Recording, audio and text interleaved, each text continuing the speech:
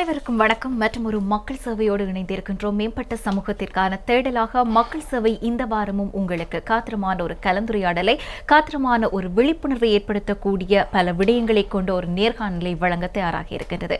இலங்கையை பொறுத்தவரையில் எங்கள் நாடு ஏற்றுமதி இறக்குமதிக்கான ஒரு கேந்திர மத்திய நிலையத்தில் அமைந்திருக்கக்கூடிய நாடு. இயற்கையாக எங்களுடைய அமைப்பிடமானது ஏற்றுமதி இறக்குமதி சுங்க விடயங்கள் சார்ந்து நாங்கள் ஒரு தலையாய இடத்தில் இருக்கின்றோம். அது தொடர்பாக மிகவும் பிரசித்தமான எங்களுடைய சுங்க திணைக்களத்தினுடைய செயற்பாடுகள் பற்றி இதுவரை காலமும் பல விடயங்களையும் நாங்கள் அறிந்து வைத்திருக்கின்றோம். இருந்த போதிலும் இந்த கோவிட் கால பகுதி என்று வருகின்ற போது சுங்க திணைக்களத்தினுடைய பங்களிப்பு என்பது எவ்வாறு இருக்கின்றது, அவர்கள் மக்களுக்கான சேவைகளை வழங்குவதில் எவ்வாறான மாற்றங்களை உள்வாங்கி இருக்கின்றார்கள், மக்கள் சுங்கத்தின் ஊடாக எடுத்துக்கொள்ளக்கூடிய அல்லது அனுப்பி வைக்கக்கூடிய விடயங்கள் தொடர்பில் கவலையீனமாக விடக்கூடிய பிரச்சினைகள் என்னென்ன, அதனால் அவர்கள் சந்திக்கக்கூடிய சவால்கள் என்னென்ன என்பதை பற்றியெல்லாம் விழிப்புணர்வை ஏற்படுத்தக்கூடிய ஒரு கலந்துரையாடலை இன்றைய தினம் மேற்கொள்ள தயாராக இருக்கின்றோம். அந்த அடிப்படையில் எங்களோடு இந்த வாரம் மக்கள் சேவையில் இணைந்து கொள்கின்றார் திரு அஷ்ரப் சம்சுதீன் அவர்கள். இவர் சுங்க அத்தியட்சகராக நுகர்வோர் பாதுகாப்பு பிரிவு இலங்கை சுங்கத்தில் சேவையாற்றி வருகின்றார். வணக்கம் ஐயா. வணக்கம். பொதுவாகவே இலங்கையை பொறுத்தவரையில் இலங்கையினுடைய சுங்கத்தினுடைய வரலாறு பெருமைகளை சொல்லி தெரிய வேண்டிய அவசியமே இல்லை. ஒவ்வொருவருக்கும் அது நன்கு தெரியும். ஒரு மூத்த திணைக்களமாக இலங்கையில் இயங்கிக் கொண்டிருக்கக்கூடிய ஒரு திணைக்களம். அந்த அடிப்படையில் இன்றைய கால பகுதி, இந்த கோவிட் கால பகுதியில் அநேகமான திணைக்களங்கள், அநேகமான அமைச்சுக்களின் கீழ் இயங்கக்கூடிய துறைகள் அனைத்துமே தங்களை மக்களுடைய சேவைகளுக்காக பல மாற்றங்களை உள்வாங்கி முன்னோக்கி சென்று கொண்டிருக்கின்ற இந்த காலப்பகுதியில் சுங்க திணைக்களத்தினுடைய இந்த கோவிட் கால பகுதியிலான சேவைகள் எவ்வாறு அமைந்து கொண்டிருக்கின்றன, அது மாத்திரமல்லாமல் இந்த கால பகுதியில் குறிப்பாக மக்களுக்கு அசௌகரியங்களை ஏற்படுத்தக்கூடிய விடயங்கள் ஏதேனும் நடப்பதை பற்றியதாக உங்களுக்கு தெரிந்திருக்கக்கூடிய விடயங்கள் அவை என்ன, அதை பற்றி நாங்கள் ஆரம்பத்தில் கலந்துரையாடலாம். உண்மையில் கோவிட்-19 என்பது சர்வதேச வர்த்தகத்தில் மிகப்பெரிய பாதிப்பினை ஏற்படுத்திய ஒரு விடயம். நாடுகளுக்கிடையில் விமான சேவை முற்றாக ஸ்தம்பித்த நிலையில் இருக்கின்றது. அதே போன்று கப்பற் போக்குவரத்தில் செல்லக்கூடிய கொள்கலன் ஏற்றுமதி இறக்குமதிகளும் முற்றாக பாதிக்கப்பட்ட நிலையில் இருக்கின்றன.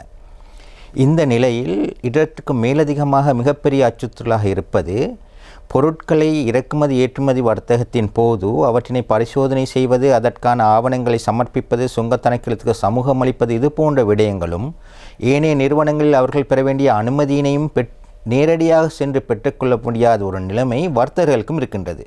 பொதுமக்களுக்கும் இதே நிலைதான் இருக்கின்றது. எனவே இந்த காலகட்டத்தில் சர்வதேச ரீதியில் சகல நாடுகளும் கணினி மூலமாக, இன்டர்நெட் மூலமாக, ஆன்லைன் வியாபாரம் மூலமாக தங்களது பணிகளை சிரமமாக மேற்கொண்டு வருகின்றன. இலங்கையை பொறுத்தவரையில் நாங்கள் மிகவும் மகிழ்ச்சியாகவும் ஆடம்பரமாகவும் சொல்லிக்கொள்வது என்னவென்றால், சுங்கத் திணைக்களம் ஒரு நாளும் மூடப்படவில்லை.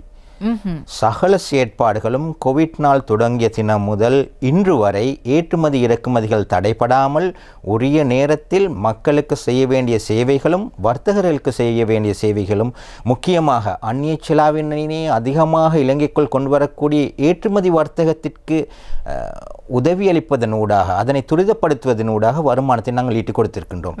அதற்கு சில வழிமுறைகளை நாம் நடத்தியிருக்கின்றோம். பொதுவாக நேருக்கு நேர் மனித தொடர்பினை இல்லாமல், எந்த ஆவணங்களும் இல்லாமல் சுங்கத் திணைக்களத்தினுடைய சேவைகளை வழங்கக்கூடிய ஒரு முன் உதாரணத்தை இந்த நாட்டுக்கு நாங்கள் அறிமுகப்படுத்தியிருக்கின்றோம். அதில் துரதிர்ஷ்டவசமாக எங்களுடன் இணைந்து செல்லக்கூடிய அளவுக்கு வேகமாக மற்ற அரசு நிறுவனங்கள் இல்லாததுதான் இந்த தாமதங்களுக்கு காரணமாக அமைந்திருக்கின்றது.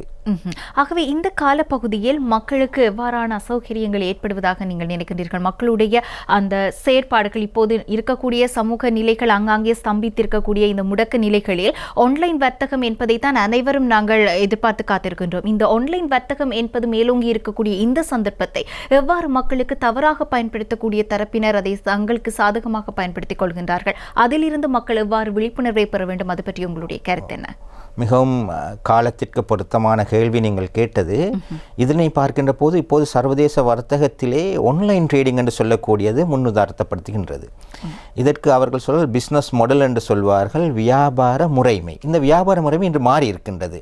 முன்னர் உற்பத்தி செய்யப்பட்ட பொருள் நுகர்வோரை வந்தடைகின்ற போது இடையில் நிறைய தரகர்கள் இருந்தார்கள், மொத்த வியாபாரி இருந்தார், உற்பத்தியாளர் இருந்தார், சில்லறை வியாபாரி இருந்தார்.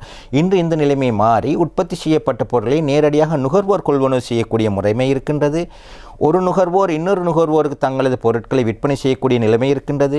இடைத்தரகர்கள் தமது பொருட்களை நுகர்வோருக்கு வழங்கக்கூடிய நிலை ஏற்பட்டிருக்கின்றது. சர்வதேச ரீதியிலும் உள்நாட்டு ரீதியிலும் இயங்கக்கூடிய ஆன்லைன் பிளாட்ஃபார்ம் என்று சொல்லக்கூடிய வர்த்தக பீடங்களினூடாக நடைபெறுகின்ற வர்த்தகத்திலே விற்பனை செய்கின்ற பண்டங்கள் சில சந்தர்ப்பங்களிலே அந்த குறிப்பிட்ட பொருளை விற்பனை செய்கின்ற ஊடகத்துக்கு தெரியாமல் இருக்கும். நீங்கள் உதாரணத்துக்கு அலிபாபாவை எடுத்துக்கொண்டால், அமேசானை எடுத்துக்கொண்டால், என்ன பொருட்கள் இவர்களுக்கிடையில் இடம் மாறுகின்றது என்பதை அவர்கள் பௌதிக ரீதியிலே பார்க்க மாட்டார்கள், தொட்டு நுற மாட்டார்கள். விற்பனையாளரும் நுகர்வோருக்கும் இடையில் தான் அந்த தகவல்கள் நடைபெறுகின்றன. எனவே அடுத்த பிரச்சனையாக இருப்பதுதான் நுகர்வோர் தான் கண்ணில் காணாத ஒரு பொருளை வாங்குகின்றார். ஒரு நுகர்வோருக்கு 4 விதமான உரிமைகள் இருக்கின்றன. தெரிவு உரிமை, செலவு உரிமை, பாதுகாப்பு உரிமை, இது போன்ற உரிமைகள் இருக்கின்றன. இங்கு தெரிவு என்று சொல்லப்படக்கூடியது பொருளை தொட்டு தெரிவு செய்ய முடியாத நிலைமையில் நுகர்வோர்கள் இருக்கிறார்கள். தாம் காட்சியினூடாக காணக்கூடிய பொருட்களை இவர்கள் கொள்வனவு செய்வதற்கு முயற்சி செய்கிறார்கள். எனவே இங்கு நுகர்வோருக்கும் பொருளை விற்பனை செய்வதற்கும் இடையிலே ஒரு இடைவெளி இருப்பதை நாம் பார்க்கின்றோம். இந்த இடைவெளியினை தவறிழைப்போர், குற்றமிழைப்போர், பிழையானவர்களை பொருளீட்டக்கூடியவர்கள் சாதுரியமாக பயன்படுத்துகிறார்கள். பொதுவாக நீங்கள் ஒரு பொருளை ஆன்லைன் ஊடாக நீங்கள் அனுப்புகின்ற போது, அல்லது ஆன்லைன் ஊடாக நீங்கள் அந்த பொருளை வாங்குவதற்கு எத்தனிக்கின்ற போது, அந்த பொருள் எப்படிப்பட்டது என்ற நிலைமை உங்களுக்கு தெரியாது. அது போலி பொருளாக இருக்கலாம், தரம் குறைந்ததாக இருக்கலாம், நீங்கள் செலுத்துகின்ற விற்பனை பெறுமதிக்கு அல்லது முதலுக்கு நீங்கள் கொடுக்கின்ற பண பெறுமதிக்கு உரிய பொருளாக இல்லாமல் இருக்கலாம். இந்த நிலைமை உங்களுக்கு ஏற்படலாம். எனவே இதனை பாதுகாக்கக்கூடிய ஒரு வழிமுறை இல்லை, இலங்கை நுகர்வோர் பாதுகாப்பு சட்டத்தில் இல்லை. இருந்த போதிலும் அதிர்ஷ்டவசமாக இந்த பொருள் இலங்கைக்கு வருகின்ற இடங்களில் இதனை பரிசோதிக்கின்ற சுங்க திணைக்களமாகிய நாம் இந்த பொருட்களினுடைய தரம், தராதரம், அதனுடைய நம்பகத்தன்மை அவற்றை பரிசோதனை செய்துதான் நாங்கள் நுகர்வோருக்கு வழங்குவோம். இந்த சந்தர்ப்பத்திலே நீங்கள் பணத்தினை கையில் பெற்றவுடன் செலுத்துவதற்கான முறையை கையாள்வதுதான் சால சிறந்தது. பொருள் உங்களுக்கு கிடைப்பதற்கு முதல் நீங்கள் பணத்தை செலுத்துவீர்களேயானால் அதில் உங்களுக்கு சில சிரமங்களை எதிர்கொள்ள வேண்டியிருக்கும். அண்மை காலமாக இலங்கையிலே வெளிநாட்டவர்கள் சிலர் வந்து இவ்வாறான ஆன்லைன் மூலமாக விற்பனை செய்கின்ற பொருட்களுக்கு ஒரு தந்திரவாயத்தை கையாளுகிறார்கள். உங்களுக்கு தெரியும், பெண்களை பொறுத்தவரையில் அவர்களுக்கு அழகான கைப்பை ஒன்று வருகிறது என்றால் அவர்கள் சந்தோஷப்படுவார்கள், அவர்களுக்கு நகை எடுக்கிறது என்றால் அவர்கள் சந்தோஷப்படுவார்கள். அதே மாதிரி நம்முடைய வாலிபர்களை எடுத்துக்கொண்டால், இளம் வயதினை எடுத்துக்கொண்டால், உங்களுக்கு ஒரு ஐபோன் என்றால் அல்லது டேப் என்றால் அல்லது ஒரு லேப்டாப் என்று சொன்னால் அவர்கள் அதிகமாக சந்தோஷப்படுவார்கள். எனவே இந்த பழையினத்தை பயன்படுத்தி கொண்டு உங்களுக்கு இந்த மாதிரி பொருட்கள் வந்திருக்கின்றன, அது இலங்கையிலே இருக்கின்றது, அது சுங்க திணைக்களம் தடுத்து நிறுத்திருக்கின்றது, எனவே நீங்கள் பணத்தினை எங்களுக்கு வைப்பிடுங்கள் குறிப்பிட்ட வங்கி கணக்கிலே, நாம் உங்களுக்கு அந்த பொருளை தருவோம் என்று கூறுவார்கள். ஆகவே நீங்கள் பணத்திலே வைப்பில் இடுவீர்கள். 2 லட்சம் 3 லட்சமாக இருக்கலாம், அல்லது பல ஆயிரங்களாக இருக்கலாம். அதற்கு பிறகு இன்னொரு கடிதம் வரும், இதற்காகவே நீங்கள் காப்புறுதி செய்ய வேண்டியிருக்கின்றது, அந்த காப்புறுதி பணத்தை உடனடியாக செலுத்துங்கள், பொருளை நீங்கள் பெற்றவுடன் உங்களுக்கு அது மீளளிப்பு செய்யப்படும் என்றொரு அவர்கள் ஒரு ஆசை வார்த்தையை கூறுவார்கள். இன்னும் மேலதிகமாக நீங்கள் பணத்திலே வைப்பில் இடுவீர்கள். சில காலங்களில் பின்னர் அவருடைய தொலைபேசி துண்டிக்கப்பட்டிருக்கும், அவருடன் எந்த தொடர்புமே மேற்கொள்ள முடியாது. அந்த வங்கி கணக்கு இலங்கையில் உள்ள யாராவது ஒரு அப்பாவினது வங்கி கணக்காக இருக்கும். அந்த வங்கி கணக்குக்கு பணம் வந்து விழுவது வங்கி கணக்காளருக்கு எதற்காக வருகிறது என்று தெரியாது. இந்த முறையற்ற வியாபாரத்தில் அல்லது இந்த ஏமாற்று வழியில் வந்த பணம் என்பது அவருக்கு தெரியாது, யாரோ உதவிக்காக எடுத்துக் கொடுப்பதாகத்தான் அவர்கள் பயன்படுத்துவார்கள். எனவே இலங்கையில் இருக்கக்கூடிய இப்படிப்பட்டவர்களது வங்கி கணக்குகளை பயன்படுத்தி இந்த இன்டர்நெட் மூலமாக ஆன்லைன் ட்ரேடத்தில் இவர் ஆசை காட்டி செய்வார்கள். இதற்காக வேண்டி பயன்படுத்தப்பட்ட பல ஆவணங்கள் எங்களிடம் இருக்கின்றன, அவற்றை கூட எங்களுக்கு காட்டலாம். அவை சுங்கத் திணைக்களத்தினுடைய இலச்சினையை பொருத்தி உருவாக்கப்பட்டிருக்கும். இப்போது உங்களுக்கு தெரியும், ஆன்லைனிலே நீங்கள் கூகுள் செய்வீர்களேயானால் எந்த விதமான இலச்சினையும் பெற்றுக்கொள்ளலாம், எந்த சிக்னேச்சர்னு சொல்லக்கூடிய கையொப்பத்தையும் இன்று இட்டுக்கொள்ளலாம், பிடிஎஃப்லேயே காப்பி பண்ணி போட்டுக்கொள்ளலாம். எனவே அந்த ஆவணங்கள் உண்மையான ஆவணங்கள் போல் இருக்கும். சுங்க அதிகாரியாக எமக்கு அதனை கண்டுபிடிக்க முடிந்தாலும் சாதாரண மக்களுக்கு அதனை கண்டுபிடிக்க முடியாது. உதாரணத்துக்கு சில தகவல்களை எங்களால் காட்ட முடியும் உங்களுக்கு. நிச்சயமாக பார்த்தே ஆக வேண்டும் அல்லவா?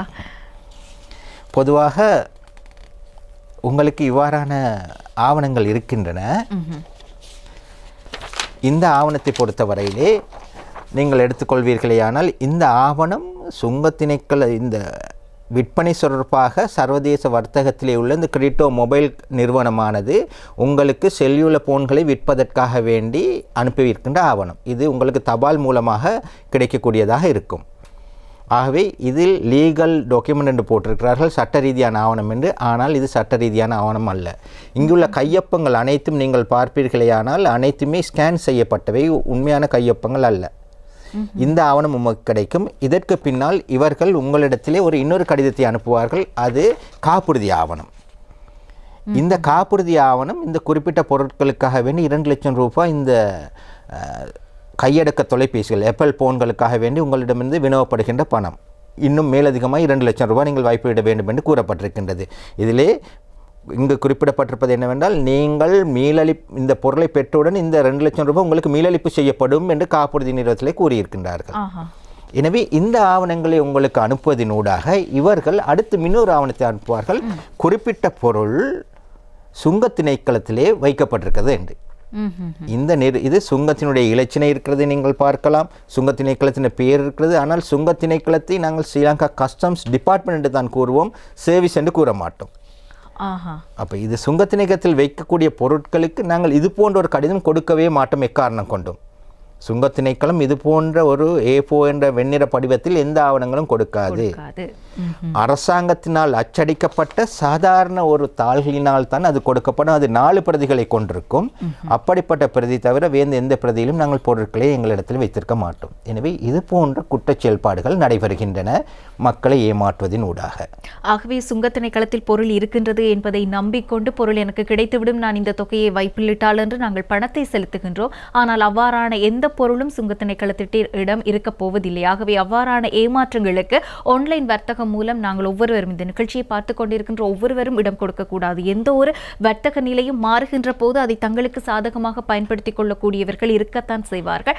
ஆகவே அவர்கள் அவ்வாறு செய்கின்றதற்கு இடம் கொடுக்காமல் விழிப்புணர்வோடு செயல்படுவது என்பது எங்கள் ஒவ்வொருவருடைய கடமையாகவே சுங்க திணைக்களத்தினால் என்று சொல்லி எந்த ஒரு படிவும் வருகின்ற போதும் அதை நம்பி நாங்கள் வீணாக பணத்தை வைப்பிலிட வேண்டிய அவசியம் இல்லை என்பதை நிகழ்ச்சியின் வாயிலாக நாங்களும் மீண்டும் வலியுறுத்திக் கொள்கின்றோம். ஆகவே பார்க்கின்றதற்கு அவ்வளவு தூரம் உறுதிப்படுத்தப்பட்ட சட்ட ஆவணங்கள் போன்று இருக்கக்கூடிய அளவுக்கு போலி ஆவணங்களை தயார்படுத்தி அனுப்புகின்றார்கள் என்பது ஒரு புறம் இருக்கக்கூடிய சவால். மற்றொரு புறம் பார்த்தால் இன்றைய காலகட்டத்தில் நாட்டை பொறுத்தவரையில் உள்நாட்டு உற்பத்தியை பெருக்கியாக வேண்டும். எல்லா விடயங்களுக்காகவும் நாங்கள் ஒரு தன்னிறைவு பொருளாதாரத்தை அடைய வேண்டுமானால் எல்லா விடயங்களுக்காகவும் நாங்கள் வெளிநாடுகளில் தங்கி இருக்கக்கூடியவர்களாக, இறக்குமதிகளை நம்பி இருக்கக்கூடியவர்களாக இருக்க முடியாது. ஆகவே அந்த அடிப்படையில் அரசாங்கத்தினால் மேற்கொள்ளக்கூடிய சில பொருட்களை இறக்குமதி செய்வதற்கான தடை என்பது மக்களுக்கு அதை அந்த சந்தர்ப்பத்தையும் தவறாக பயன்படுத்தி கொண்டு கடத்தல் பொருட்களை இலங்கைக்கு கொண்டு வர நினைப்பது அல்லது சட்ட விரோதமாக பொருட்களை இறக்குமதி செய்வது, இவ்வாறான விடயங்களின் மூலமாகவும் மக்களுடைய பணத்தை, மறைமுகமாக பார்த்தால் மக்களுடைய பணத்தை ஒரு சிலர் தவறாக பயன்படுத்துகின்ற நிலை இருக்கின்றது. ஆகவே ஒரு சுங்க திணைக்களத்தின் அதிகாரியாக இந்த நிலையை நீங்கள் எவ்வாறு பார்க்கின்றீர்கள்? இதனுடைய நடைமுறை சிக்கல்கள், அதனுடைய நடவடிக்கைகள் எவ்வாறு அமைந்து கொண்டிருக்கின்றன? அதை பற்றிய கருத்து என்ன? பொதுவாக கோவிட் பிரச்சனைகளுக்கு பிறகு சர்வதேச ரீதியில் வர்த்தகங்கள் பாதிக்கப்பட்டிருக்கின்றன. எனவே ஒவ்வொரு நாடும் தன்னுடைய அந்நிய செலாவினை கட்டுப்படுத்த வேண்டிய நிலை இருக்கின்றது. எனவே எமது நாட்டை விட்டு வெளியே செல்லக்கூடிய எமது செலாவினை நாம் கட்டுப்படுத்த வேண்டும். அதற்கான ஒரு உபாயமாக, அதற்காக வேண்டிய ஒரு உத்தியாக இலங்கை அரசாங்கம் கையாண்ட ஒரு முறைதான் சில பட்டியலிடப்பட்ட பொருட்களை தற்காலிகமாக தடை செய்தது, இறக்குமதிக்கு தடை செய்யப்பட்டது. அதில் பல பொருட்கள் இருக்கின்றன. அதில் உதாரணமாக இலங்கைக்கு அதிக வருமானத்தை ஈட்டுத்தரக்கூடிய வாகனங்கள் தடை செய்யப்பட்டிருக்கிறது, அவை இறக்குமதி செய்ய முடியாது. அதே போன்று சில உணவு பண்டங்களை அவர்கள் தடை செய்திருக்கிறார்கள். அதில் இந்த மஞ்சள், உளுந்து போன்ற பொருட்கள், பொதுவாக அதிகமாக தமிழ் மக்கள் அதிகமாக உணவுக்காக வேண்டி பயன்படுத்தக்கூடிய பொருட்கள், இவையும் தற்காலிகமாக தடை செய்யப்பட்டிருக்கின்றன. இதில் என்ன நடக்கிறது என்று சொன்னால், இந்த பொருட்கள் தடை செய்யப்பட்டாலும் சந்தையில் அதற்கான கேள்வி இருக்கின்றது. பொதுவாக நாங்கள் பார்க்கின்ற பொழுதுதான் விவசாய பொருட்களை நீங்கள் இன்றே நட்டு நாளை அதனை அறுவடை செய்ய முடியாது, அதற்கு சில காலங்கள் எடுக்கும். எனவே இலங்கையிலே இந்த மஞ்சள் உற்பத்தி செய்யப்பட்டாலும் அது சந்தைக்கு காய்ந்த மஞ்சளாக அல்லது மஞ்சள் தூளாக சமையல் கட்டுக்கு வருவதற்கு இடையில் பாரிய சந்தர்ப்பங்களை சந்திக்க வேண்டியிருக்கின்றது. அந்த நிலையில் இலங்கை இல்லை. அந்த மஞ்சளினை மஞ்சள் தூளாக வழங்கக்கூடிய அளவுக்கு மஞ்சள் இலங்கையில் உற்பத்தி செய்யப்படவில்லை. உளுந்தை எடுத்துக்கொண்டாலும் இதே நிலைமை தான் இலங்கையில் காணப்படுகின்றது. ஆனால் இது தமிழ் பேசக்கூடிய மக்களுக்கு மூலாதார உணவாக இருக்கின்ற காரணத்தினால் அவர்கள் அதனை கொள்வனவு செய்கின்றார்கள். அந்த கொள்வனவுக்காக வேண்டி பொருட்கள் சந்தையில் இல்லாத பட்சத்தில் அதனுடைய விலை கூடுகின்றது. உங்களுக்கு தெரியும், பொருளாதாரத்தில் கேள்வி, அதற்கேற்ப நிரம்பல், இதற்கு அடிப்படையில் தான் நிரம்பல் இல்லாத பட்சத்தில் கேள்வி அதிகமாக இருக்கின்ற பட்சத்தில் பொருட்களுக்கான விலை கூடும். எனவே அந்த நிலை இலங்கையில் இருக்கின்றது. அதனால் மஞ்சளினதும் உளுந்தினதும் விலை கூடுதலாக இருக்கின்றது சந்தையிலே. இந்த சந்தர்ப்பத்தை படுத்தி சில வியாபாரிகள் கடத்தல் மூலமாக இந்த பொருட்களை இலங்கைக்குள் கொண்டு வருகிறார்கள். அதற்கு அவர்கள் பல வழிமுறைகளை கையாளுகிறார்கள். சுங்க திணைக்களத்தினுடைய சேவைகள் எவ்வாறு இன்றைய காலகட்டத்தில் அமைந்து கொண்டிருக்கின்றன என்பதை பற்றி கலந்துரையாடிக் கொண்டிருக்கின்றோம் திரு அஷ்ரப் சம்சுதீன் அவர்களோடு. ஆகவே நாங்கள் ஆரம்பத்திலேயே பேசிக் கொண்டிருந்தோம், இவ்வாறு தற்காலிகமாக தடை விதிக்கப்பட்டிருக்க, இறக்குமதிக்கு தடை விதிக்கப்பட்டிருக்கக்கூடிய பொருட்களை நாட்டிற்கு கொண்டு வரக்கூடிய அந்த முயற்சிகள் எவ்வாறு இடம்பெற்றுக் கொண்டிருக்கின்றன, அவ்வாறு பொறுப்பேற்கப்படக்கூடிய பொருட்கள் பற்றிய சுங்க திணைக்களத்தினுடைய எதிர்கால நடவடிக்கைகள் எவ்வாறு அமைய இருக்கின்றன என்பதை பற்றி ஆகவே தொடர்ச்சியாக நீங்கள் உங்கள் கருத்துக்களை முன்வையுங்கள் ஐயா. பொதுவாக இலங்கையில் இறக்குமதி செய்யப்படுகின்ற பொருட்களை பொதுவாக உங்களுக்கு தெரியும், உணவுப் பொருட்கள் எல்லாம் கொள்கலன்களில் தான் வெளிநாட்டிலிருந்து வருகின்றன. அநேகமாக இந்தியாவிலிருந்து வரும். சில வேளை துபாய்க்கு சென்று துபாயிலிருந்து இலங்கைக்கு வரக்கூடிய வாய்ப்புகளும் இருக்கின்றன. எனவே இந்த பொருட்கள் கொள்கலன்களில் தான் இலங்கைக்கு வருகின்றன. இந்த மஞ்சள், உளுந்து போன்றவை கட்டுப்படுத்தியிருக்கின்ற காரணத்தினால் பொதுவாக இலங்கைக்குள் அன்றாடம் நாங்கள் இறக்குமதி செய்யக்கூடிய கிழங்கு அல்லது வெங்காயம் அல்லது பார்லி இது போன்ற பொருட்களிலே இதனை சூட்சமாக மறைத்து இலங்கைக்கு கொண்டு வருகிறார்கள். மிக அண்மையில் நாம் விபூதிக்குள்ளே ஒழித்து கொண்டு வரப்பட்ட மஞ்சள் தூள்களை நாங்கள் கண்டுபிடிக்க வேண்டிய நிலைமை ஏற்பட்டது. அந்த அளவுக்கு இவர்கள் அதனை சூட்சமாக மறைத்து கொண்டு வருகிறார்கள். உதாரணத்துக்கு நான் சில உங்களுக்கு படிவங்களை காட்ட முடியும். இப்போது நீங்கள் திரையில் பார்க்கலாம், இலங்கைக்கு இறக்குமதி செய்யப்பட்ட ஒரு கொள்கலனிலே வெங்காயத்திற்குள் எவ்வாறு இவர்கள் இதனை இறக்குமதி செய்திருக்கிறார்கள் என்று. பொதுவாக கொள்கலன்களில் இறக்குமதி செய்கின்ற பொழுது ஃப்ரீஸ் கண்டெய்னர் என்று சொல்வார்கள். குளிர்சாதனம் ஊட்டப்பட்ட அந்த கொள்கலனில் தான் அவர்கள் இறக்குமதி செய்வார்கள். அந்த கொள்கலனிலே அடைக்கப்பட்ட கொள்கலன்களாக வரும். இப்போது நீங்கள் பார்த்து கொண்டிருப்பது திரையிலே வெங்காயம் என்று வந்திருக்கின்றது. இதில் வெளிப்படையாக நீங்கள் பார்க்கின்ற போது வெங்காயமாகத்தான் இருக்கின்றது. ஆனால் இதனை நாங்கள் சிறிது தோண்டி ஆராய்ந்து பார்ப்போமானால், தேடி பார்ப்போமானால் இதில் இவ்வளவு மஞ்சள் மூடைகள் உள்ளே வைக்கப்பட்டிருந்தன. இந்த மஞ்சள் இவ்வளவான மூடைகள் எவ்வாறு உள்ளே பதுக்கி வைக்கப்பட்டிருந்தன என்றால் இந்த விதமாக பதிக்கப்பட்டிருந்தன. பொதுவாக இது மஞ்சள் உங்களுக்கு பார்த்த உடனே கண்டுபிடிக்க முடிகின்றது. இது ஃப்ரீசர் கண்டெய்னர் என்று சொல்லக்கூடிய குளிர்சாதனம் அமைக்கப்பட்ட கொள்கலன் உண்டு. இதனிலே இரண்டு பக்கம் அடைத்திருக்கின்றார்கள். முன்னால் வெங்காயத்தை வைத்திருக்கின்றார்கள். இதனூடாகத்தான் இவர்கள் இதனை கடத்தி கொண்டு வருகிறார்கள்.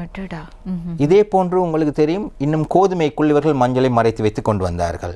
நீங்கள் அதை கூட பார்க்கலாம். நீங்கள் அடுத்த படத்தில் பார்ப்பீர்கள் எவ்வாறு இவர்கள் இதனை கோதுமைக்குள் மறைத்து வைத்திருக்கிறார்கள் என்பதை பார்க்கலாம். இது கோதுமை, இது வெளிப்படையாக கோதுமை தான் இருக்கின்றது. இந்த கோதுமை பார்சல்களுக்குள்ளே இவ்வாறு மஞ்சளை பொதி செய்து கடத்தி இருக்கின்றார்கள். சுற்றி வர கோதுமை இருக்கும், உள்ளே மஞ்சள் இருக்கும். இவ்வாறும் இவர்கள் இலங்கைக்குள்ளே கடத்தி கொண்டு வருகிறார்கள். இதில் முக்கியமான கருத்து என்னவென்றால், சந்தையில் ஒரு கேள்வி இருக்கின்ற காரணத்தினால்தான் இவ்வாறான பொருட்கள் இவ்வாறான வடிவங்களில் இங்கு வருகின்றன. மிக அண்மையிலே இந்தியாவிலிருந்து 19,000 கிலோகிராம் எடையுள்ளது படகுகளின் மூலமாக மன்னார் பிரதேசத்தை கடத்தப்பட்டது. அது புத்தளம் பகுதியிலே கடத்தி செய்யப்பட்டது. அது போலீசாரிடம் கைப்பற்றப்பட்டது. அதனை போலீசார்கள் தீயிட்டு கொளுத்தினார்கள் என்று நான் நினைக்கின்றேன். அது போலீசார்களால் கைப்பற்றப்பட்ட மஞ்சள் படகின் மூலமாக கூட இன்று இந்தியாவிலிருந்து கடத்தப்படுகின்றது. இது ஒரு சுவாரஸ்யமான விடயத்தை நான் உங்களுக்கு கட்டாயம் சொல்லியாக வேண்டும். பொதுவாக இலங்கையிலிருந்து இந்தியாவுக்கு கொண்டு போகின்ற போது தங்கத்தை கடத்துவார்கள். தங்கத்தை சிறிதளவில் இந்தியாவுக்கு கடத்தி போன இந்தியாவிலே ஒரு பவுனுக்கு, அதாவது ஒரு சவரனுக்கு ஒரு பவுனுக்கு ஒரு 3,000-4,000 ரூபாய் அவர்களுக்கு லாபம் உழைக்கலாம். ஒரு தங்க பிஸ்கட்டை எடுத்துக்கொண்டால் ஏறக்குறைய மிகப்பெரிய அளவில் அவர்களுக்கு லாபம் கிடைக்கும். எனவே இலங்கையிலிருந்து செல்லக்கூடிய இந்த வர்த்தகர்கள் அல்லது கடத்தலில் ஈடுபடக்கூடியவர்கள் அதிகமாக சொல்லுவது தங்கத்திற்கான பெயர் மஞ்சள் என்று அழைப்பார்கள். பொதுவாக வியாபாரிகளினுடைய ஒரு வார்த்தை தான் மஞ்சள் என்பது. இன்று என்ன நிலைமை என்று சொன்னால், மஞ்சளும் பெருமதி வாய்ந்த பொருளாக மாறி இருக்கின்றது. மஞ்சளுக்கு தங்கம் என்று பெயர் வைக்கக்கூடிய நிலைமைக்கு இன்று மாறி இருக்கின்றது. தங்கத்துக்கு மஞ்சள் என்று பெயர் வைத்தார்கள், இன்று மஞ்சளுக்கு தங்கம் என்று வைக்க வேண்டிய நிலைமை உருவாகி இருக்கின்றது. இது இந்த கடத்தல் வியாபாரத்தில் ஈடுபடுகின்ற பொதுவான ஒரு வார்த்தை பிரயோகம். மஞ்சள் என்று தான் அழைப்பார்கள் பொதுவாக இந்த தங்கத்தினை எல்லா சந்தர்ப்பங்களிலும். எனவே இந்த நிலைமைக்கு இலங்கையிலே தள்ளப்பட்டிருக்கிறது. இருந்தாலும் எமது கேள்விக்குரிய நிரம்பல் இலங்கையில் மஞ்சள் இல்லை, தட்டுப்பாடு அதனால் நிலவுகின்றது. இப்போது 65க்கும் மேற்பட்ட கொள்கலன்கள் சுங்க திணைக்களத்தினால் கைப்பற்றப்பட்டு சுங்க திணைக்களத்தில் வைக்கப்பட்டிருக்கின்றது.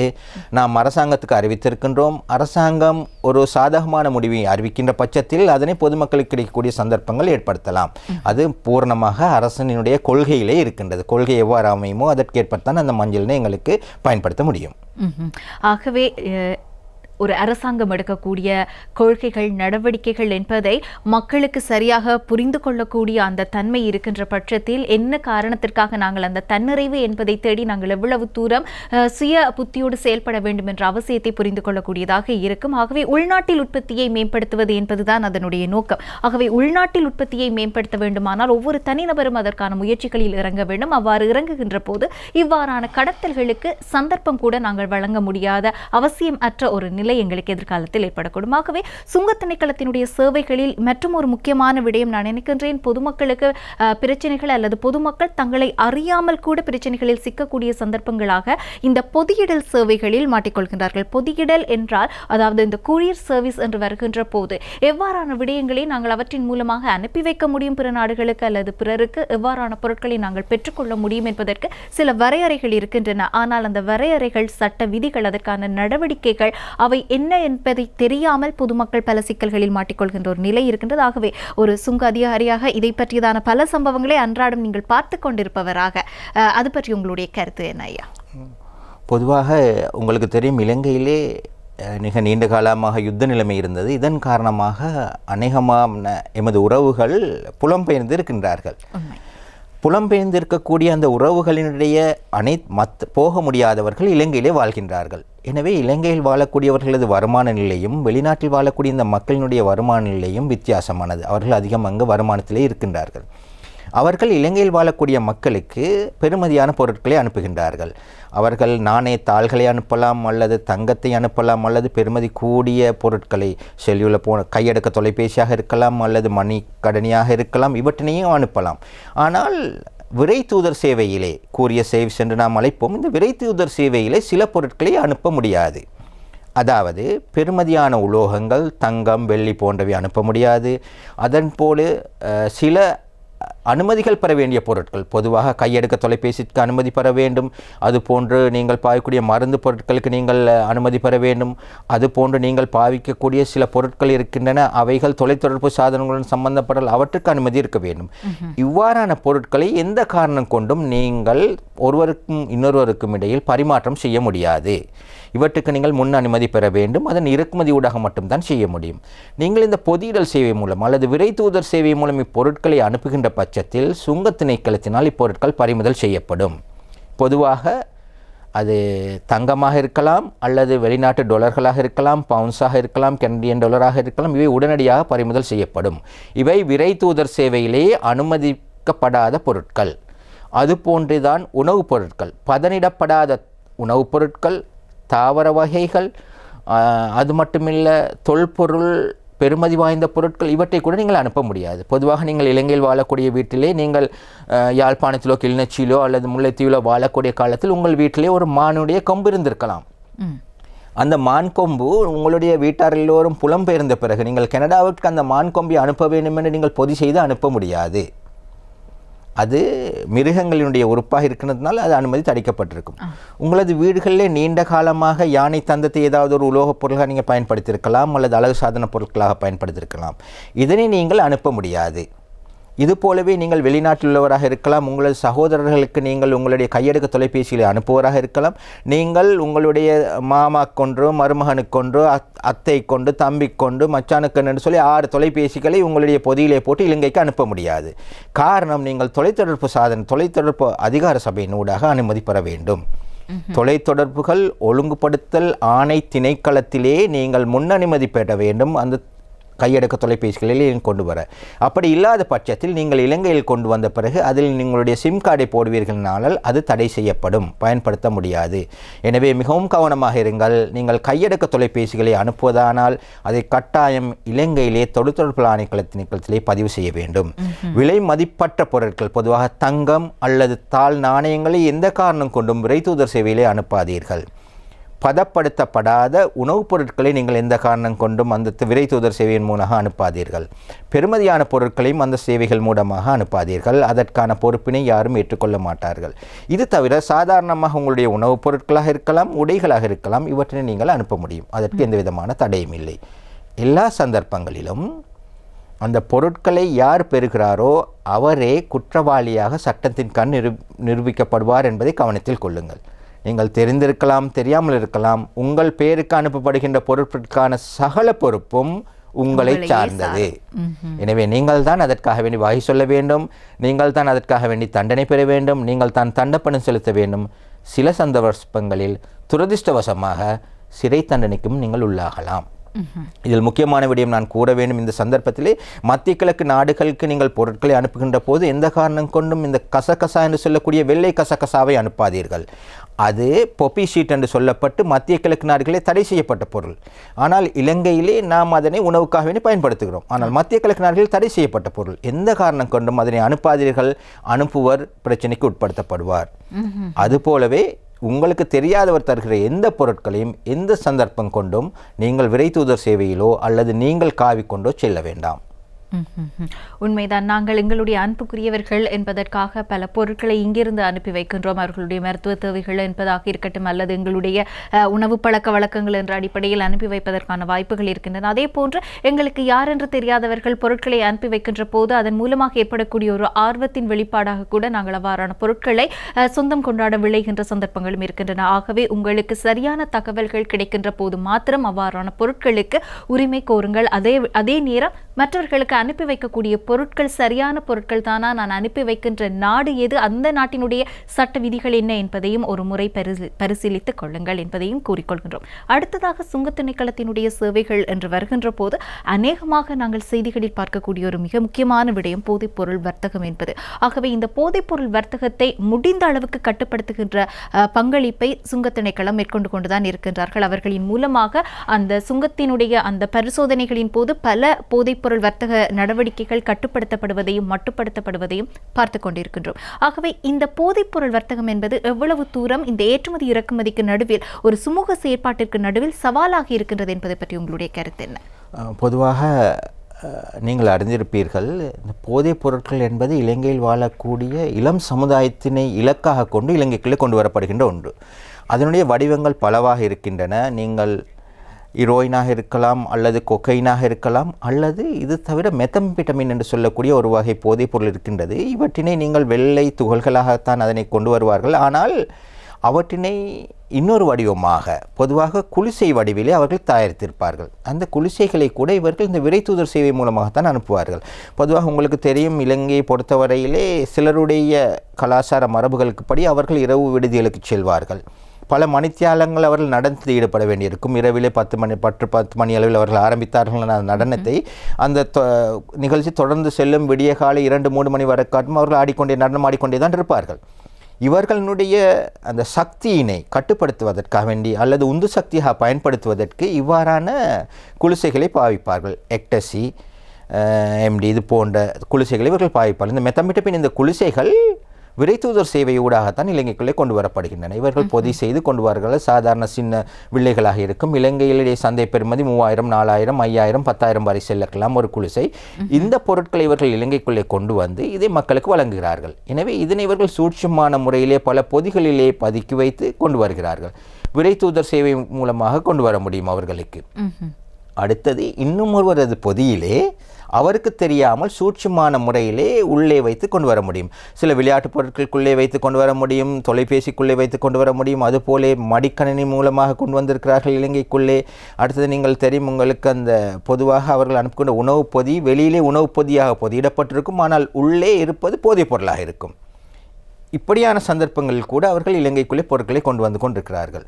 இதற்கு இவர்கள் பாவிப்பது தொலைத்தொடர்பு சாதனங்களிலே முக்கியமாக பாய்ப்பது இந்த விரை தூதர் சேவையும் தபால் சேவையும் தான் இவர்கள் பயன்படுத்துகிறார்கள். இதனூடாகத்தான் கொண்டு வருகிறார்கள். அடுத்ததாக இலங்கையில் இருக்கக்கூடிய உல்லாச பிரயாணிகளுக்காக வேண்டியும் சில போதைப் பொருட்கள் கொண்டு வரப்படுகின்றன. இவை கூட இலங்கையிலே வரக்கூடிய பொதிகளினூலே மறைத்து தான் கொண்டு வரப்படுகின்றன. பொதுவாக முற்றுமுழுதாக எங்களுக்கு கைப்பற்றதற்கு முடியாத போதிலும் நாங்கள் நாங்கள் திருப்திப்படக்கூடிய அளவிலே எங்களது சேவையினை செய்து அவற்றினை நாங்கள் கண்டுபிடித்து இருக்கின்றோம். இன்றைய தினம் இலங்கை சுங்கத் திணைக்களத்தினுடைய சேவைகள் இன்றைய காலகட்டத்தில் மக்களுக்கு எதுவாக எவ்வாறு மாற்றத்தை அவதானத்திற்கு உள்ளாகி இருக்கின்றன. அது மாத்திரமல்லாமல் அவர்களுடைய சேவைகளின் நடுவில் அவர்கள் எதிர்நோக்கக்கூடிய பிரச்சனைகள், சவால்கள் பற்றியதான பல விடயங்களையும் கலந்துரையாடுகின்றோம். அந்த அடிப்படையில் போதைப்பொருள் வர்த்தகம் என்பதை முடிந்தளவு தடுத்து நிறுத்தக்கூடிய பங்களிப்பை இலங்கை சுங்க திணைக்களம் எங்களுக்கு வழங்கிக் கொண்டிருக்கின்றது என்றால் அதை பற்றியதான மேலதிக விழிப்புணர்வு என்பது மக்களுக்கு தேவையாக இருக்கின்றது. நீங்கள் குறிப்பிடுகின்ற போது அதை மாத்திரைகள் வடிவில், குளிசைகள் வடிவிலாக அனுப்பி வைக்கின்றார்கள் என்பதை பற்றியெல்லாம் குறிப்பிட்டிருந்தீர்கள். ஆகவே அவை எவ்வாறு இடம்பெற்றுக் கொண்டிருக்கின்றன, அதை மக்கள் சாதாரணமாக இனம் காண்பது என்றால் அதை எப்படி இனம் காண முடியும், அதை பற்றி கலந்துரையாடுவோம் சார். பொதுவாக உங்களுடைய கேள்வி கடினமான ஒரு கேள்வி. பொதுவாக இது போன்ற குளிசைகளை மக்கள் அடையாளம் காண மாட்டார்கள். பொதுவாக பெற்றோர் கூட அடையாளம் காண மாட்டார்கள். அது அவர்களுக்கும் கண்டுபிடிக்க முடியாது. அதுபோல தான் அவர்களுடைய பாதுகாவலர் இருக்கிறவர்களாலும் கண்டுபிடிக்க முடியாது. இது ஒரு குறிப்பிட்ட ஒரு சந்தை பிரதேசத்தில் மட்டும் உலவுகின்ற குளிசைகள். இவை இலங்கைக்குள் கொண்டு வருகின்ற போது கூட நான் முன்னர் கூறினேன், ஒரு பொதி ஒன்று வரும், அந்த பொதியில் வேறு பொருட்கள் செய்யக்கூடிய பொதி, ஆனால் உள்ளே இருப்பது வேறாக இருக்கும். இப்போ நீங்கள் மிக அண்மையிலே தென்னாசியாவிலே மிக அதிகமான குளிசைகள் கைப்பற்றிய ஒரு சந்தர்ப்பம் இலங்கை சுங்க திணைக்களத்துக்கு கிடைத்தது. அந்த குளிசைகள் எவ்வாறு இலங்கைக்கு வந்தது என்பது நீங்கள் இப்போது பார்க்கலாம். நான் இப்போது உங்களுக்கு காட்டுகின்றேன். அந்த குளிசைகள் இலங்கைக்கு இது இப்போ பூனைக்கு உணவு ஆக பொதி செய்யப்பட்ட பை, இதனுள்ளே இருக்க வேண்டும். உண்மையிலே பூனை சாப்பாடு தான் இருக்க வேண்டும். ஆனால் இதனுள்ளே இருப்பது பூனையினுடைய சாப்பாடு அல்ல. இதனுள்ளே இருப்பது அந்த நான் கூறிய மெத்தம்பிட்டமின் என்று சொல்லக்கூடிய குளிசை. பாருங்கள் எவ்வளவு அழகாக இதனை பொதி செய்திருக்கிறார்கள் என்று. இதற்குள்ளே இந்த குளிசை இருக்குமா என்பதை உங்களால் அடையாளம் காண முடியாது. ஆனால் இதற்குள்ளே இருந்த இந்த குளிசைகளின் எண்ணிக்கை 18,000 குளிசைகள் நாங்கள் கைப்பற்றினோம். இதனுடைய பெருமதி எத்தனையோ கோடிகள் பெறும். இது வந்திருக்குமே ஆனால் இலங்கையில் வாழக்கூடிய இளம் தலைமுறையினர் அப்படியே பாதிக்கப்பட்டிருப்பார்கள். மிகப்பெரிய ஒரு பாரசூரம். அப்போ இந்த குளிசைகளை எங்களுக்கு பார்க்கின்ற போது இளம் வயதினரை கவரக்கூடிய நிறத்தில் இருப்பதை நீங்கள் பார்க்கலாம். அதுபோன்று இதனுடைய அளவினை பார்க்கின்ற போது இதனுடைய ஒரு சின்ன குளிசையினுடைய விலை 3,000-4,000 ரூபாய் பெறுமதியாக இருக்கும். அப்போ இதனை இவர்கள் தனியே அனுப்ப மாட்டார்கள். இதனுடன் வேறு சில பொருட்களையும் அனுப்பித்தான் அனுப்புவார்கள். பொதுவாக அவர்களுடைய பொதி இப்போது பார்ப்பீர்களே ஆனால் இதில் பென்சில் இருக்கின்றது, வேறு விளையாட்டு பொருட்கள் இருக்கின்ற, மற்ற சிறுவர்களுக்கான பொருட்கள் இருக்கின்றன. ஆனால் இதனை நாங்கள் தேடி பார்க்கின்ற போது இதற்குள்ளே இது போன்ற ஒரு போதைப் பொருள் மறைந்திருப்பதை நாம் காணலாம். பொதுவாக இந்த போதைப் பொருட்கள் எல்லாம் ஒரு கவர் லோடு என்று நாங்கள் சொல்லுவோம். அதனூடாகத்தான் அதனை மறைத்துக் கொள்கின்ற ஒரு பொருட்களாகத்தான் இது இருக்கும். இது இன்னும் ஒரு வகையான அதே மெத்தம்பிட்டமின் இன்னும் ஒரு வடிவம். பொதுவாக இது போன்ற மெத்தம்பிட்டமின்கள் பொதுவாக மனிதர்களுடைய நரம்பு மண்டலத்தை அதிக அளவில் பாதித்து காலப்போக்கிலே அவர்களுக்கு நடக்க முடியாத நிலைமை ஏற்பட்டுவிடும். அவர்களுடைய நரம்பு மண்டலம் முற்றாக சேதமடைந்துவிடும். அவர்களுடைய மூளையினுடைய செயற்பாடு முற்றாக பாதிக்கப்பட்டுவிடும். எனவே இந்த பொருட்களை இலங்கைக்குள்ளே இவர்கள் அறிமுகப்படுத்தி இதனை இளம் வயதினருக்கு இதனை வழங்குவார்கள். ஆரம்பத்தில் இதனை விலை குறைத்து வழங்குவார்கள். அதன் பின்னால் இதனுடன் இன்னொரு பொருளை இணைத்து வழங்குவார். இதற்கு பிறகு அந்த குறிப்பிட்ட நபர் பாவிக்கின்ற நபரினை தங்களுக்கு அடிமையாக கொண்டு தமக்கு தேவையான அவ்வளவு விடயங்களையும் அடைந்து கொள்வார்கள். பொதுவாக இளம் வயதினரை எடுத்துக்கொண்டால் அவர்கள் பெண்களாக இருக்கின்ற பட்சத்தில் அவர்களுடைய சகல விடயங்களும் அவர்கள் இழுக்க வேண்டிய நிலைமைக்கு தள்ளப்படலாம். வாலிபர்களாக இருக்கின்ற பட்சத்தில் அவர்களை கொண்டு பல குற்றச்செயல்களுக்கு செய்விப்பார்கள். வீடுகளிலே சில கொலை குற்றங்கள் வரையிலும் அந்த இளம் வயதினர் செல்லக்கூடிய சந்தர்ப்பம் ஏற்படும். எனவே மிகவும் பாரதூரமான ஒரு விடயம்தான் இந்த போதைப் பொருளும் இந்த போதைப் பொருள் பழக்கம் என்பதும். உண்மைதான். நினைத்து பார்க்கவே பயமாக இருக்கின்றது எங்களுடைய இளைய சமுதாயம் எவ்வாறு இலக்கு வைக்கப்படுகின்றது என்பதை. ஆகவே இது பற்றியதான அந்த விழிப்புணர்வு என்பது ஒவ்வொருவருக்கும் அவசியமாகத்தான் இருக்கின்றது. எங்கள் வீட்டில் இளைய பிள்ளைகள் இருக்கின்றார்களோ இல்லையோ, எங்கள் ஒவ்வொருவருக்கும் இந்த சமூகத்தின் மீதான அக்கறையின் நிமித்தம் இந்த விடயங்கள் தேவையானவையாக இருக்கின்றன. இதேவேளை சுங்க திணைக்களத்தினுடைய சேவைகள் என்று வருகின்ற போது இன்றைய காலகட்டம் இந்த கோவிட் கால பகுதியில் ஏற்றுமதி இறக்குமதி என்பவையெல்லாம் சவாலுக்கு உட்படுத்தப்பட்டிருக்கக்கூடிய நிலையில் ஒவ்வொரு திணைக்களங்களை பொறுத்தவரையிலும் அவர்களுக்கான இலக்கு மட்டம் என்ற ஒரு விடயம் இருக்கத்தான் செய்யும் நிச்சயமாக. ஆகவே இலங்கை சுங்க திணைக்களத்தை பொறுத்தவரையில் கடந்த 2020 ஆண்டாக இருக்கட்டும் அல்லது ஆரம்பித்திருக்கக்கூடிய இந்த 2021 ஆண்டாக இருக்கட்டும், முக்கியமாக உங்களுடைய இலக்குகள் சார்ந்த அடைவு மட்டங்கள் எவ்வாறு மாற்றத்திற்குள்ளாகி இருக்கின்றன? அதிலும் நான் நினைக்கின்றேன் வாகன இறக்குமதியெல்லாம் தடை செய்யப்பட்டிருக்கக்கூடிய, தற்காலிக தடை விதிக்கப்பட்டிருக்கக்கூடிய இந்த காலப்பகுதியில் உங்களுடைய இலக்கு மட்டம் அவை எவ்வாறு அடைய பெற்றிருக்கின்றன என்பதை பற்றி பேசுவோம். ஐயா, மிக அருமையான கேள்வி. அது என்னவென்றால் இது ஒரு பொருளாதார ரீதியிலே நோக்கப்படக்கூடிய விடயம். நிச்சயமாக பொதுவாக ஒரு கலாநிதி பட்டத்துக்கு படிக்கக்கூடிய விடயங்கள் உங்களுடைய கேள்வியிலே உள்ளடங்கி இருக்கின்றன. அவ்வளவு பாரதூரமான விடயம் அது. பொதுவாக ஒரு நாட்டினுடைய பொருளாதாரத்தினை நிர்ணயிக்கின்ற போது அதனுடைய வருமானத்தினை முடிவு செய்வார்கள். பொதுவாக இலங்கையினுடைய வரவு செலவு திட்டத்திலே 57% வருமானங்களை சுங்கத் திணைக்களம் வரி வருமானமாக பெற்றுக் கொடுக்கின்றது. இன்னும் நாங்கள் தான் முன்னணியில் நிற்கின்றோம். நீங்கள் கூறியது போன்றே இறக்குமதிகள் தற்காலிகமாக தடை செய்யப்பட்ட பின்பு இலங்கையினுடைய வரி வருமானத்தில் அரச வருமானத்தில் அதிகமான பங்களிப்பு செய்யக்கூடிய மோட்டார் வாகனங்கள் தடை செய்யப்பட்டிருக்கின்றன. எனவே அவற்றினுடைய இறக்குமதி இல்லை. எனவே இலங்கை சுங்கத்தினுடைய வருமான ஊடகம் மூடப்பட்டிருக்கின்றது. இருந்த போதிலும் எமக்கு தரப்பட்ட இலக்கான 671 பில்லியன் ரூபாய்களில் 671 பில்லியன் நாங்கள் தேடி கொடுத்திருக்கிறோம். எமக்கு தரப்பட்டது 71 வரை நாங்கள் சேர்த்து கொடுத்துறோம். ஏறக்குறைய 98% எமக்கு தந்த இலக்கினை நாம் அடைந்திருக்கின்றோம். இவ்வளவு கோவிட் பிரச்சனைகளுக்கு மத்தியிலும் இலங்கை வரி வருமானத்திலே நாம் 98 ஈட்டி கொடுத்ததனால்தான் இலங்கையில் வாழக்கூடிய ஆசிரியர்களுக்கான சம்பளம், இலங்கையில் வாழக்கூடிய ஏனைய அரச ஊழியர்களுக்கான சம்பளம் அனைத்தும் கொடுக்கப்பட்டிருக்கின்றன எம்முடைய நாம் ஈட்டி கொடுத்த இந்த வருமானத்தினால்தான். எனவே இந்த கோவிட் பிரச்சனைகளுக்கு நாம் முகம் கொடுத்தோம். எமது அதிகாரிகள் சிலர் கோவிட் நோயினால் பாதிக்கப்பட்டார்கள். இருந்த போதிலும் சுங்க திணைக்களம் மூடப்படவும் இல்லை, சுங்க திணைக்களத்தினுடைய சேவைகள் நிறுத்தப்படவும் இல்லை. ஆனால் சிலருக்கு சிரமங்கள் ஏற்பட்டிருக்கலாம். பொதுவாக வெளிநாட்டிலிருந்து வரக்கூடிய மத்திய கிழக்கு பயனுடைய பொதியினை குறுகிய காலத்தில் நாம் பொதுவாக வழங்குவோம்.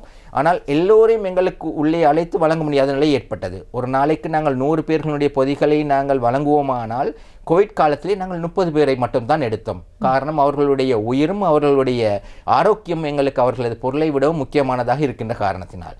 எனவே அது போன்ற தாமதங்கள் ஏற்பட்டாலும் சேவைகள் எந்த சந்தர்ப்பத்திலும் தடை நிறுத்தப்படவில்லை, அவை வழங்கப்பட்டு கொண்டு தான் இருக்கின்றன. நாம் பெருமையுடன் கூறிக்கொள்வது இலங்கை அரச வருமானத்தில் எந்தவித குறைவும் இல்லாமல் நாம் அதனை ஈட்டி அரசாங்கத்துக்கு கொடுத்திருக்கின்றோம்.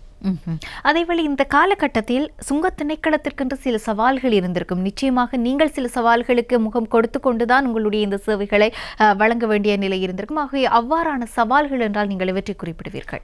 நீங்கள் கூறிய சவால்கள் மிகவும் சுவாரஸ்யமான சவால்களும் இருக்கின்றன. இருந்த போதில் நான் பொதுவான விடயங்களை கூறுவோமேயானால், இலங்கை சுங்க திணைக்களம் ஒரு சர்வதேச நிறுவனம். நாங்கள் சர்வதேச வர்த்தகத்துடன் தொடர்பட்டவர்கள். எங்களுடைய ஏற்றுமதி அமெரிக்காவுக்கும் செல்கின்றது, அதே நேரம் எதியோப்பாவிற்கும் செல்கின்றது. எங்களுடைய ஏற்றுமதிகள் இங்கிலாந்துக்கு, ஐரோப்பிய நாடுகளுக்கு செல்கின்றன. எனவே அவர்களுடைய நாட்டுக்கு ஈடு கொடுக்கக்கூடிய சுங்க திணைக்களமாக நாம் இருக்க வேண்டும். எனவே எமது கணனி முறை உலகத்தில் அங்கீகரிக்கப்பட்ட அசிகுடா என்ற கணனி முறையை கொண்டது. அது அதிக அளவிலே வியாபித்திருக்கின்றது. அதன் மூலமாக நாம் மிக இலகு முறையிலே எந்த ஆவணங்களும் இன்றி ஏற்றுமதி இறக்குமதி வியாபாரம் செய்யக்கூடிய ஒரு நிறுவனமாக சுங்க திணைக்களம் செயல்பட்டு கொண்டிருக்கின்றது. எங்களிடத்தில் ஆவணங்கள் இல்லை. இப்போது நீங்கள் வீட்டில் இருந்து கொண்டே உங்களிடத்தில் உள்ள ஒரு பொருளை அமெரிக்காவிலே சிகாகோவிலே இருக்கக்கூடிய ஒருவருக்கு வழங்க முடியும். அந்த பொருட்கள் எந்த சந்தர்ப்பத்திலும் நீங்கள் சுங்க திணைக்களத்துக்கு வர வேண்டியதும் இல்லை. அதே போன்று அமெரிக்காவிலிருந்து உங்களுக்கு அனுப்பப்பட்ட ஒரு பொருள் உங்களது வீட்டு வாசலுக்கு வந்து சேரும். நீங்கள் வர வேண்டிய அவசியம் இல்லை. நீங்கள் செலுத்த வேண்டியது, நீங்கள் கட்டணம் செலுத்த வேண்டியது அனைத்தும் வங்கி மூலமாக செய்ய முடியும். அந்த அளவுக்கு நாம் இன்று வியாபித்திருக்கின்றோம், நாம் முன்னணியிலே இருக்கிறோம். ஆனால் துரதிர்ஷ்டவசமாக எம்மோடு சார்ந்த ஏனைய அரசு நிறுவனங்கள் எம்முடைய இந்த கணனியினுடைய முன்னணி தன்மைக்கு ஈடு கொடுக்க முடியாதவர்களாக இருக்கிறார்கள். அவர்களால் அவர்களுடைய ஆவணங்களை எங்களுடன் பரிமாற முடியாத நிலை இருக்கின்றது. பொதுவாக நீங்கள் இலங்கைக்குள்ளே தொலைபேசிகளை இறக்குமதி செய்கிறீர்களானால், கையெடுக்க தொலைபேசிகளை நீங்கள் இலங்கை ஒழுங்குபடுத்தல் திணைக்களத்திலே நீங்கள் அனுமதி பெற வேண்டும். அந்த அனுமதியினை நீங்கள் சென்று தான் கடிதமாக பெற வேண்டும். ஆனால் சுங்க திணைக்களத்துக்கு நீங்கள் வர தேவையில்லை. அந்த கடிதத்தை அவர்களுடைய கணனி மூலமாக சுங்க திணைக்களத்தினுடைய கணனிக்கு அனுப்புவார்களே. ஆனால் அதனை பார்வையிட்டு அந்த பொருட்களை உங்களுக்கு நாங்கள் தந்து விடுவோம், நீங்கள் வர வேண்டிய அவசியமில்லை. எம்முடைய இந்த நடைமுறைக்கு இலங்கையில் இருக்கக்கூடிய இலங்கை கட்டளைகள் நிறுவனமாக இருக்கட்டும், அல்லது இலங்கை விலங்கு நோயியல் தடுப்பு பிரிவாக இருக்கட்டும், விவசாய தடுப்பு பிரிவாக இருக்கட்டும், அவர்களால் இவ்வாறு ஆவணங்களை எங்களுக்கு வழங்க முடியாத நிலைமை இருக்கின்றது. எங்களது வேகத்துக்கு ஈடு கொடுக்க முடியாத ஏனைய அரசு திணைக்களங்களால் தான் எங்களது வேலைகள் சிலது தாமதப்பட்டிருக்கின்றன ஒழிய சுங்க திணைக்களத்தினால் அல்ல. நீங்கள் கூறியது போல் அந்த சுவாரஸ்யமான விடயம் என்னவென்றால், இந்த சட்ட திட்டங்கள், இது போன்ற விவரங்கள் தெரியாத எமது உறவினர்கள், எங்களது நண்பர்கள், எம்முடன் மிக நெருக்கமாக பழகக்கூடியவர்கள் இதனை எங்களுக்கு பெற்றுத்தாருங்கள் என்று கோரிக்கை விடுக்கின்ற போது எம்மால் செய்ய முடியாது இருக்கின்றது. என்னுடைய தொலைபேசிகள் 100 தொலைபேசிகள் சுங்க திணைக்களத்தில் நிப்பாட்டி விட்டார்கள், நீங்கள் பெற்றுத்தாருங்கள் என்று கூறுகிறார்கள். தொலைபேசிகளை நீங்கள் இறக்குமதி செய்வதானால் சட்டப்படி உங்களை பதிவு செய்து இறக்குமதி செய்ய வேண்டும். நீங்கள் அதனை பயணிகளுடைய பொதியிலே போட்டு கொண்டு வருவீர்களானால் அவர்கள் பறிமுதல் தான் செய்வார்கள். அது உங்களுக்கு நாங்கள் பெற்றுக் கொடுக்க முடியாது. இது போன்றுதான் நீங்கள் வெளிநாட்டுக்கு செல்லுகின்ற போது நீங்கள் பணம் எடுத்துக்கொண்டு போக வேண்டும். பொதுவாக பணத்தினை காசோலையாகத்தான் கொண்டு போடலாம். ட்ராவலர்ஸ் செக்காகத்தான் கொண்டு போக வேண்டும், பயணிகள் காசோலையாக கொண்டு போக வேண்டும், அல்லது 5000 குறைவான டாலர் பெறுமதியுள்ள காசை கொண்டு போக முடியும். நீங்கள் ஏதாவது தேவைக்கு நீங்கள் $50,000 அல்லது $25,000 கையில் எடுத்துக்கொண்டு போவீர்களானால் உதவி செய்யுமாறு எம்மிடம் கேட்கலாம். எம்மால் அதற்கு உதவி செய்ய முடியாது. எனவே இவை நமக்கு சவால்கள் தான். இளைஞனுடைய சட்டத்திட்டங்களை புரிந்து கொள்ளாத எமது உறவுகள், எமது நண்பர்கள், எம்முடைய அயலவர்கள், இவர்கள் இந்த விடயங்களை எம்மிடம் வினவுகின்ற போது எம்மளால் உதவி செய்ய தர்ம சங்கடமான சவால்கள் என்று சொல்லலாம் இல்லையா? நிச்சயமாக தர்ம சம்பந்தமான நிலைமை என்பதை விடவும் நாங்கள் ஒரு கொடுமைக்காரர்களாக அவரது கண்களிலே பார்க்கப்படுகிறோம். சுங்க திணைக்களத்தின் ஊடாக நாங்கள் பல பொருட்களை இறக்குமதி செய்வோம், ஏற்றுமதி செய்வோம், பல விடயங்களும் எங்களுக்குள் நடந்து கொண்டிருக்கும். ஆனால் இன்றைய காலகட்டத்தில் இந்த நவீன யுகத்தில் நாங்கள் மிகவும் அதிர்ச்சிக்குள்ளாகக்கூடிய செய்திகளை பார்க்கக்கூடியதாக இருக்கின்றது. குப்பைகளை இறக்குமதி செய்கின்ற நிலை துரதிருஷ்டவசமாக கொள்கலன்கள் மூலமாக வெளிநாடுகளில் இருக்கக்கூடிய குப்பைகளை, இலத்திரனியல் குப்பைகளாகட்டும், இதர மருத்துவ கழிவுகளாகட்டும், பல்வேறு கழிவுகள் இவ்வாறு இறக்குமதி செய்யப்படுகின்ற நிலையை நாங்கள் பார்க்கக்கூடியதாக இருக்கின்றது. ஆகவே அதை பற்றியதாக ஒரு சுங்க உயர் அதிகாரியாக அந்த நிலை எவ்வாறு இருக்கின்றன, இவ்வாறான சந்தர்ப்பங்களுக்கு நீங்கள் முகம் கொடுத்த சந்தர்ப்பங்கள், அவை பற்றியதான உங்களுடைய கருத்துக்களை பகிர்ந்து கொள்ளுங்கள். பொதுவாக ஐரோப்பிய நாடுகள் என்று எடுத்துக்கொண்டால் நாம் பெருமையுடன் பார்க்கின்றோம். ஐரோப்பாவுக்கு சென்றால் நீங்கள் ஈஃபில் டவரை பார்க்கலாம், அதுபோன்று இங்கிலாந்துக்கு சென்றால் பென்னை பார்க்கலாம். இப்படித்தான் இங்கிலாந்திலிருந்து எல்லாம் நல்ல பொருட்கள் வருகின்றது என்ற நிலைப்பாடு அனைவருக்கும் இருக்கின்றது. ஆனால் சில புல்லுருவிகளினால் அவர்கள் இணைந்து அந்த நாடுகளில் உள்ள கழிவுப் பொருட்களை இலங்கை, இந்தோனேசியா, மலேசியா, வியட்நாம், பிலிப்பைன்ஸ் போன்ற நாடுகளுக்கு அனுப்புகிறார்கள். பொதுவாக தென்கிழக்காசிய நாடுகள், தென்னாசிய நாடுகளுக்கு இவர்கள் அனுப்புகின்றார்கள். அனுப்புவதற்காக அந்த நாடுகளே பணத்தினையும் இவர்கள் பெற்றுக்கொள்கின்றார்கள், இந்த கழிவுப் பொருட்களை அந்த நாட்டிலிருந்து அகற்றுவதற்காக வேண்டி. இவ்வாறு இலங்கைக்கு 2017ஆம் ஆண்டிலிருந்து பல கொள்கலன்கள் இலங்கைக்குள் வந்திருக்கின்றன. அவ்வாறு வந்த 132 கண்டெய்னர்களை நாம் கண்டுபிடித்தோம். அதற்கு மேலதிகமாக இன்னும் 200 கண்டெய்னர்கள் ஏற்கனவே இலங்கை நாட்டுக்குள் வந்துவிட்டன. அந்த குப்பைகள் எவ்வளவு மோசமானது என்று சொன்னால் நீங்கள் அதனை பார்த்தால் கண்டுபிடிப்பீர்கள். நான் இப்போது உங்களுக்கு காட்டுகின்றேன் அந்த குப்பைகளினுடைய வடிவத்தினை. இங்கிலாந்து நாட்டிலிருந்து இலங்கைக்கு அனுப்பிய குப்பைகள் இவைகள். இப்போது நீங்கள் பார்ப்பீர்களானால் இந்த புகைப்படத்தில் இருக்கின்றவை இறகுகள் இருக்கின்றன, பிளாஸ்டிக் இருக்கின்றது, இங்கிலாந்தில் பாவித்த குப்பை இருக்கின்றது. அதுபோலவே இவை அவற்றினுடைய குப்பை, மெட்ரஸ், காப்பட், அங்கிருந்து வீசக்கூடிய பொதுவாக இங்கிலாந்து நாட்டின் முனிசிபல் கழிவு, நகர சபையினுடைய கழிவு தான் இது இலங்கைக்கு வந்திருக்கின்றது. இவ்வாறு தான் இவை கொள்கலன்கள் அடைக்கப்பட்டிருந்தன, இவ்வாறு தான் இருந்தன. இந்த கொள்கலன்கள் அனைத்தையும் நாங்கள் அனுப்பிவிட்டோம் இங்கிலாந்துக்கு. அதற்காகவே நாங்கள் மிகப்பெரிய ஒரு போராட்டம் நடத்த வேண்டியிருந்தது. பொதுவாக இந்த குப்பைகளை நாடுகளுக்கிடையில் அனுப்புவதற்காக வேண்டி பாஷல் கன்வென்ஷன் ஒன்று இருக்கின்றது. அந்த பாஷல் கன்வென்ஷன் ஊடாக இந்த பொருட்களை மாற்ற முடியாது. ஒரு நாட்டிலிருந்து இன்னொரு நாட்டிற்கு குப்பைகள் அல்லது பாதகமான பொருட்கள் செல்லப்படுமேயானால் அந்த நாட்டினுடைய முன் அனுமதியினை பெற வேண்டும். இவ்வாறு முன் அனுமதியினை பெறாது எந்த குப்பையும் கொண்டு வர முடியாது. எனவே இங்கிலாந்து செய்தது மிகப்பெரிய தவறு என்ற காரணத்தினால் அந்த குப்பைகளை நாம் இலங்கையிலிருந்து மீண்டும் இங்கிலாந்துக்கு அனுப்பிவிட்டோம். சில சுற்றாடலியலாளர்கள் இதற்காக வேண்டி வழக்கு தொடர்ந்து அந்த வழக்கிலையும் வெற்றி பெற்றார்கள். சுங்க திணைக்களம் அவை அனைத்து கொள்கலன்களையும் அனுப்பிவிட்டன. மிக அண்மையிலே யுக்ரைன் நாட்டிலிருந்து கொத்தமல்லி என்ற பெயரிலே நாங்கள் இதனாலும் பாவிக்கக்கூடிய மல்லி, அவை அதிலுக்குள்ளே 28 கொள்கலன்களிலே குப்பை பொருட்கள் வந்திருக்கின்றன. அனைத்துமே விவசாய கழிவுப் பொருட்கள். ஆனால் அவைகள் சுங்கத்திணைக்களத்திற்கு கொத்தமல்லி என்று அறிவித்திருக்கின்றன. அது இவ்வாறான வடிவிலே இருக்கும். அதில் இருந்த வடிவம் எனக்கு இருக்கின்றது. இப்போ நீங்கள் புகைப்படத்தில் பார்ப்பீர்களே, ஆனால் கண்டு கொள்ளலாம். இவைதான் அந்த கொத்தமல்லி என்று சொல்லக்கூடிய நிலையில் இருந்தவை. இது கொத்தமல்லி அல்ல, இவை குப்பைகள். எனவே இவற்றிலிருந்து கலந்து வரக்கூடிய இவ்வாறு கொள்கலனிலே தான் இது வரப்பட்டது, கொண்டு வந்தார்கள். இங்கு பார்க்கின்ற போது கொத்தமல்லி போன்று தெரிந்தாலும் இவை கொத்தமல்லி அல்ல. அதன் உள்ளே இருந்தது இவ்வாறான கழிவுகள். இந்த கழிவுகள் இலங்கை நாட்டுக்குள் வருவதன் மூலமாக இதனுடைய ஒட்டுண்ணிகள், கிருமிகள் வந்து இலங்கையில் இருக்கக்கூடிய தாவரங்களுக்கு பாரிய தாக்கத்தினை ஏற்படுத்தும். நான் முன்னர் கூறியது போல இலங்கைக்குள் கொண்டு வரப்பட்ட இந்த குப்பைகள் எந்த அளவுக்கு இருக்கின்றது என்று சொன்னால் இது ஒரு இடத்திலே தேக்கி வைக்கப்பட்டிருக்கின்றது. இப்போது நீங்கள் புகைப்படத்தில் பார்த்தீர்களானால் இங்கிலாந்திலிருந்து கொண்டு வரப்பட்ட குப்பைகள் எவ்வாறு இருக்கின்றன என்ற உண்மையான வடிவத்தினை பெற்றுக்கொள்ளலாம். இது இங்கிலாந்திலிருந்து இலங்கைக்கு இறக்குமதி செய்யப்பட்ட குப்பைகள். இதற்கான சட்ட தீர்ப்பினை நாம் வழங்கிவிட்டோம். ஏற்றுமதி செய்ய அவர்கள் இன்னும் ஏற்றுமதி செய்யவில்லை. காலக்கிரமத்தில் இவற்றினை ஏற்றுமதி செய்வார்கள். இது கட்டுநாயக்கவிலே வைக்கப்பட்டிருக்கின்றது. இது போன்ற பொருட்களை இவர்கள் கொண்டு வருகிறார்கள். இது தவிர இலத்திரனியல் பொருட்கள், பொதுவாக பாவித்த கணனிகளாக இருக்கலாம், பாவித்த மடிக்கணங்களாக இருக்கலாம், அல்லது தொலைபேசி உபகரணங்களாக இருக்கலாம். இவை அந்த நாட்டிலே வீசப்படக்கூடிய பொருட்கள். அதுபோன்று தான் நீங்கள் பார்த்திருப்பீர்கள், முன்னரெல்லாம் தொலைக்காட்சிகளை எடுத்துக்கொண்டால் அவைகள் இப்போது போன்று மிக மெல்லிய வடிவில் இருக்காது, அவை அந்த முட்டை வடிவில் இருக்கும். அவற்றுக்கு நாங்கள் சிஆர்டிவி என்று கூறுவோம். அதுபோன்று தான் கணினியினுடைய படிவம் கூட அவ்வாறு தான் இருக்கும். அந்த மானிட்டர் என்று சொல்லுவோம் நாங்கள், அவை சிஆர்டி மானிட்டர்ஸ். இவை பழைய, அவை அங்கு பாவித்த பிறகு அதை மண்ணில் போட முடியாது, காரணம் அவை நச்சுப் பொருளாக மாறிவிடும். எனவே மேலைத்தேய நாடுகள் இவ்வாறான இலத்தினிய பொருட்களை அனைத்தையும் சேகரித்து இலங்கை போன்ற நாடுகளுக்கு அனுப்பிவிடுகின்றன. இதற்கான உரிய பணத்தினையும் அதனை ஏற்றுமதி செய்வர்களுக்கு அவர்கள் கொடுக்கிறார்கள். எனவே இந்த இலத்தினிய பொருட்கள் இலங்கை நாட்டுக்குள்ளே வந்து இலங்கையில் பாரிய சூற்றாடல் பாதகத்தினை ஏற்படுத்துகின்றன. எனவே இது சம்பந்தமான சட்ட திருத்தங்களில் மாற்றங்களை நாங்கள் ஏற்படுத்த அரசாங்கத்திற்கு கூறி மாற்றம் ஏற்படுத்தியிருக்கிறோம். எதிர்காலத்தில் வரக்கூடிய இந்த இலத்தினிய பொருட்களை தடை செய்வதற்கான சட்ட திட்டங்களுக்கும் நாம் முன்மொழிவு செய்திருக்கின்றோம்.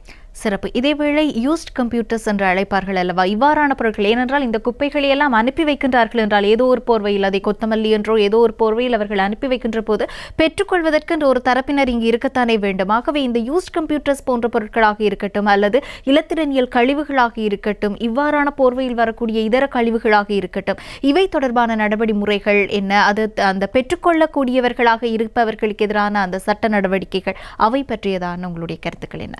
பொதுவாக இலங்கையிலே நுகர்வோர் பாவித்த பொருட்களை கொண்டு வர வேண்டுமானால் இறக்குமதி ஏற்றுமதி கட்டுப்பாடு திணைக்களத்திலே அவர் அனுமதி பெற வேண்டும். முன் அனுமதி என்று கொண்டு வர முடியாது.